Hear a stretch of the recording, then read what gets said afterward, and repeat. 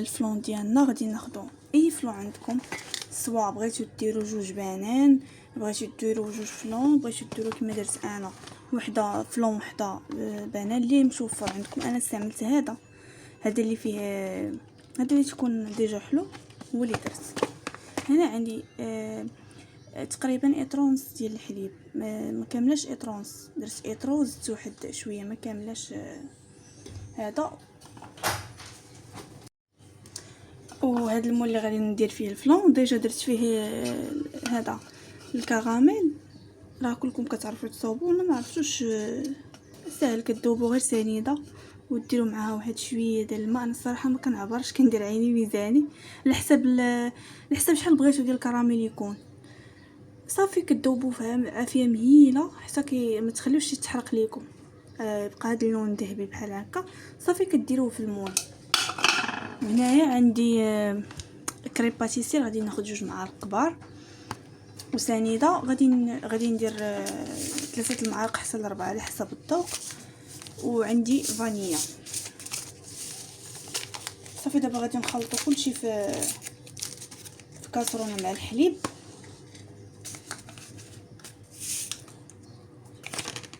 غنديروا الفاني، غنديروا الفلون،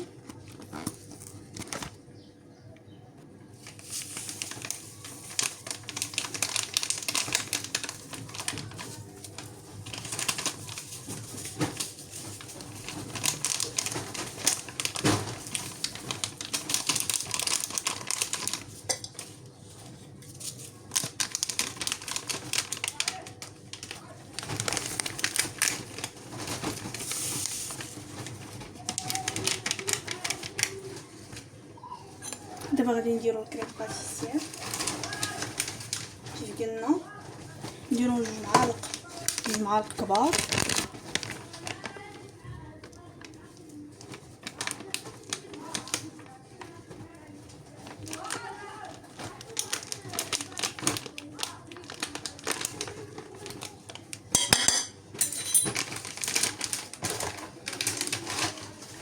وغادي نزيدو سنيده على حسب الذوق كي قلت لكم.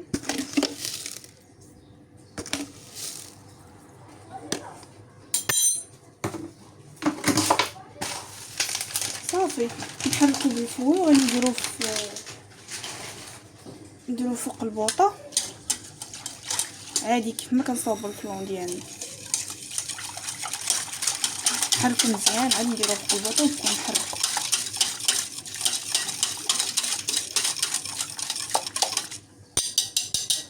يمكن لكم تزيدوا اللوز مهرمش الا كان عندكم، اي مكسرات بغيتو ديروها اولا تقدروا غير تزينوا بها كيف ما غندير انا. غادي نزين غير بالكوم الفوق مهرمش، المهم كتبقى تزين على حسب الذوق وكل واحد شنو كيبغي. دابا غنديرو فوق النار حتى يوجد ليا، وغنديرو نيشان في المول. صافي من بعد ما وجد لينا الفلون ديالنا، من بعد ما غلا صافي غنديروه في المول ديالو. ديروا شي معلقه ولا شي حاجه هكا باش ما يخسرش لكم الكراميل ديالكم. صافي من بعد نكبوا عادي.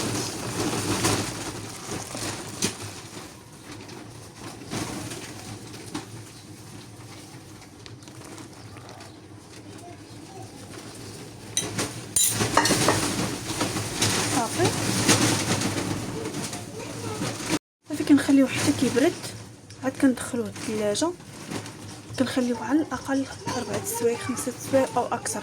ما تجبدوش قل من هذا الوقت حيت ما غاديش ينجح لكم، غادي يخسر لكم الشكل ديالو. صافي دابا نخليوه يبرد من بعد نديروه في الثلاجه.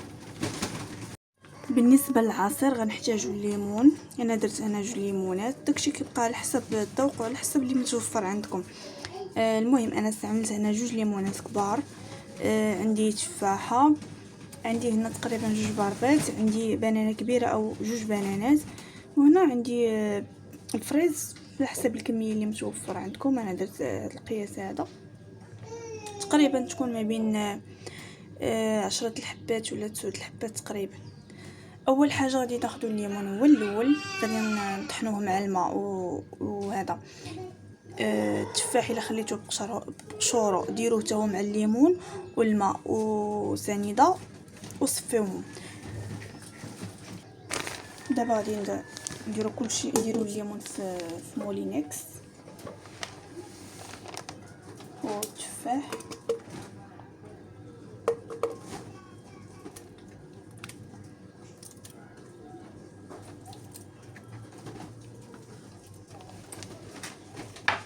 ندير السكر كيبقى على حسب الذوق وندير الماء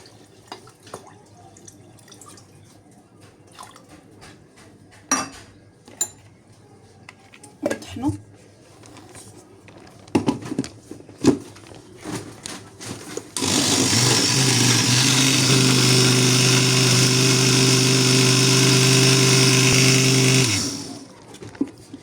صافي دابا غادي نصفيو الليمون مع اللي درنا مع التفاح قشورو، غنصفيوه ونعاودو نطحنو الفواكه اللي بقاو لينا.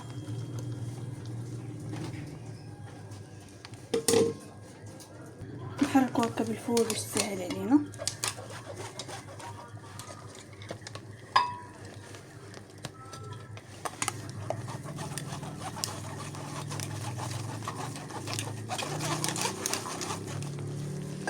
نزيد شويه الماء ونعاودو نحركو.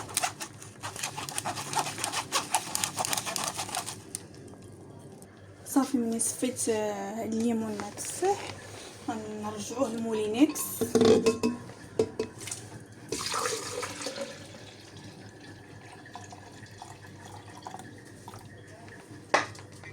وغادي نزيد الفريز ونزيد البنان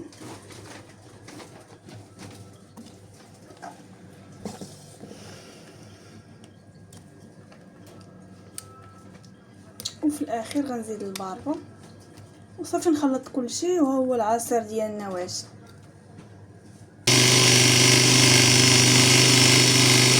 بالنسبه للكيش غادي ناخذ البصله نشلضوها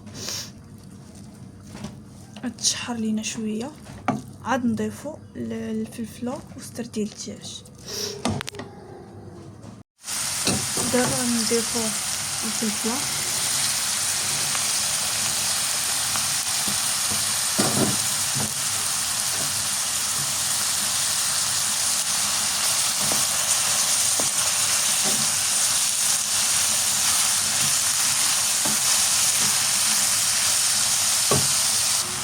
ونزيدو ستة ديال الدجاج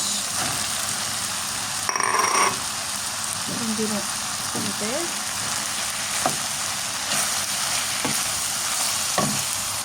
صافي. غادي ندير شويه الملحه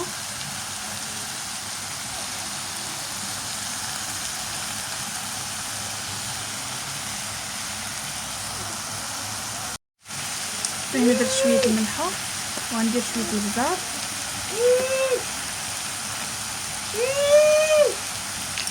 وصوص الصوجا اختياريه ونحركو.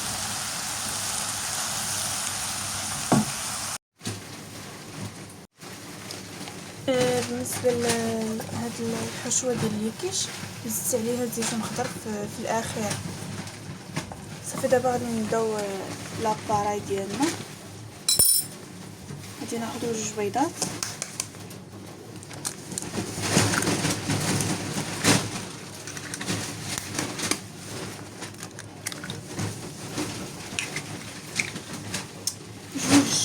ياغورت طبيعي السوس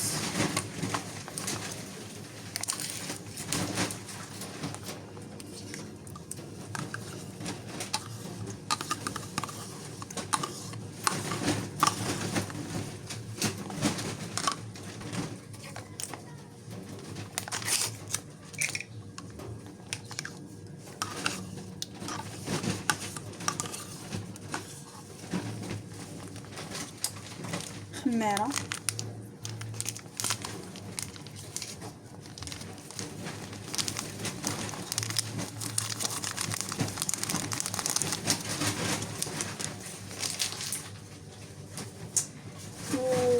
الاخير غادي نحتاجو 2 معالق ديال الطحين.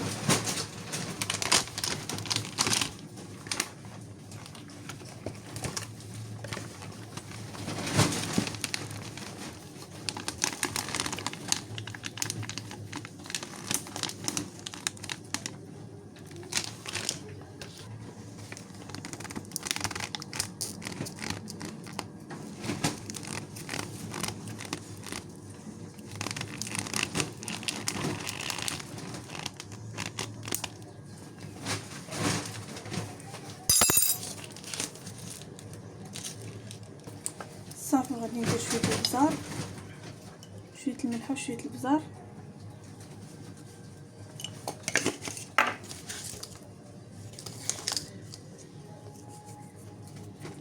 صافي ونخلطو بالفوي.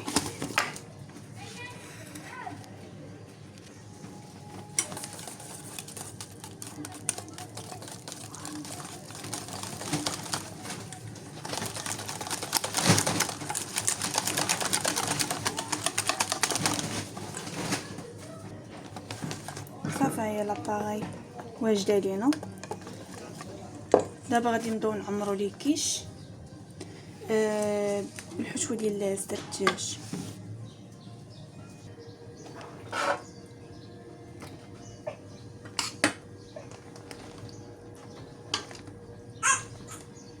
صافي دابا من بعد ما عمرت ليه كيش ديالنا غادي ندير لاباري اللي صاوبته معاكم من الفوق.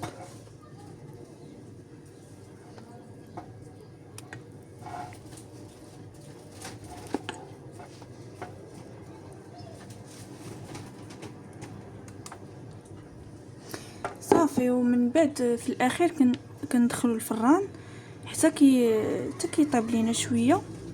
في الاخير عاد كنديروا الفرماج احمر باش كيتحمر وكيبقى شاد في راسو. بالنسبه للشرموله ديال الدجاج انا درت الربيع ودرت الثومه وعصره الحامض. هنا غادي ندير زيت الروميه وزيت البلديه.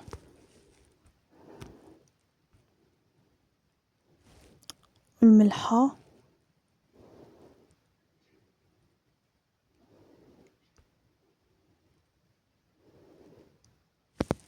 عطريه ديال الحوت الا كانت متوفره، ما كانتش متوفره ماشي مشكل، ولكن حتى هي كتعطي واحد البنه زوينه. صافي كندير القزبر يابس، الشرموله اللي كلكم كتعرفوها، البزار والكمون والتحميره والخرقوم وشويه السكنجبير والملح والبزار كيف العاده. ضروري تكتروا من العصير ديال الحامض ومن الثومه.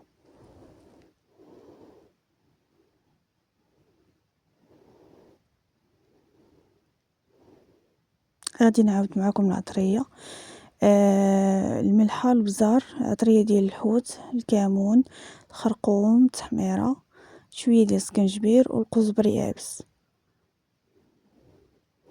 صافي غادي نخلطوا الشرموله ديالنا مزيان بيدينا. من بعد غادي ندهنوا بها الحوت، اي نوع ديال الحوت، ابيض ولا اي حوت عندكم كيجي زوين. صافي انا غنستعمل هذا النوع ديال الحوت. غادي ندهنوا بهذا الشرموله مزيان وغادي نخليه يشرب شويه. كل ما تشرب كل ما كيعطي البنه اكثر. صافي غادي نخليه مرقد في هذه الشرموله.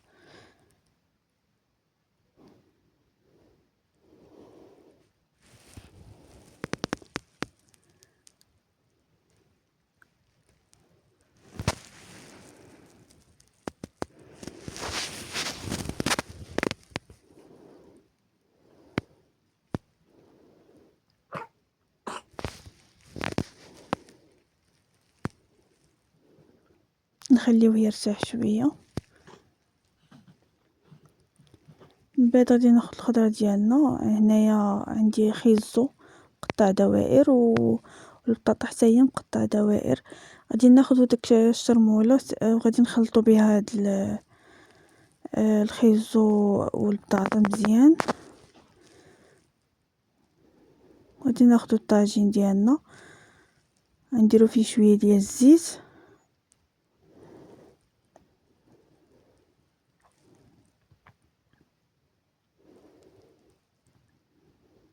انا درت زيت الروميه والبلديه. وغادي نديرو نفرشو الخيزو هو الاول حيت هو اللي كيشد الطياب.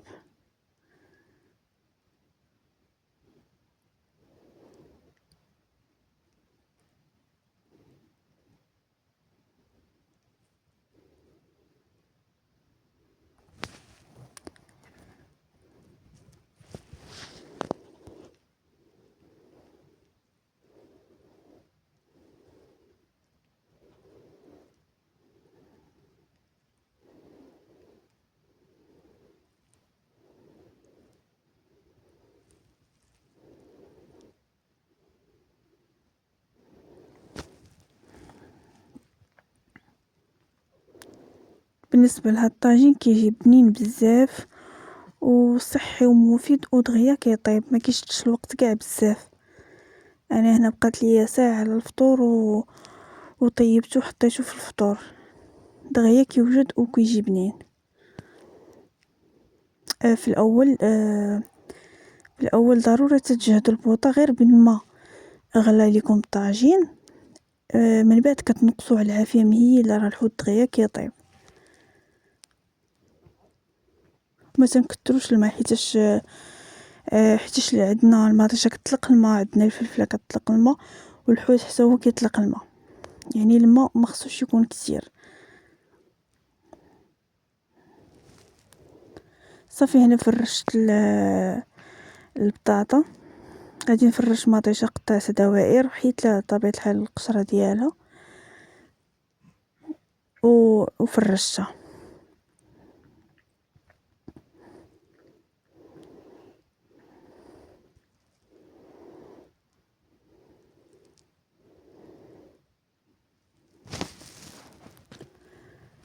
بالنسبه نصيحه بالنسبه للقشور تاع مطيشه، انا ما ترميهمش، عمرني ما ترميهم، كنجمعهم حتى كيتجمعوا ليا وكندير بهم الحريره. كتجي الحريره ديالهم لذيذه بزاف، وتقدري تصوبي هذيك لاصوص كتجي خاطر تقدري تصوبي بها حتى كسكسو، حتى البيتزا او اللوبيا، يعني شحال من حاجه تقدري تصوبي بها بقشور مطيشه. كتجي خاطره وزوينه لاصوص ديالها. وهنا كيف شفتوا فرشت الفلفله ودرت وريقه سيدنا موسى في جناب. في الاخر غادي ندير الحوت.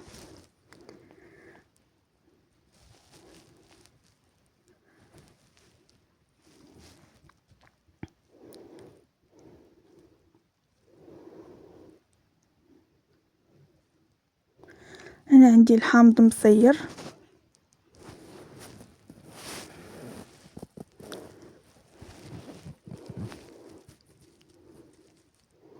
وغادي ندير الزيتون. انا درت هنا الخضر ودرت الاحمر، داكشي كيبقى على حسب شنو متوفر عندكم. صافي غادي ندير هذاك الشرموله اللي بقات، زدت فيها شويه ديال الماء ودرتها من الفوق، كبيتها من الفوق. كيف قلت لكم ضروري تكثروا الا بغيتوا الحوت بصفه عامه يجيكم بنين، كثروا من الحامض، من عصير ديال الحامض والثوم، هذا هو السر ديالو.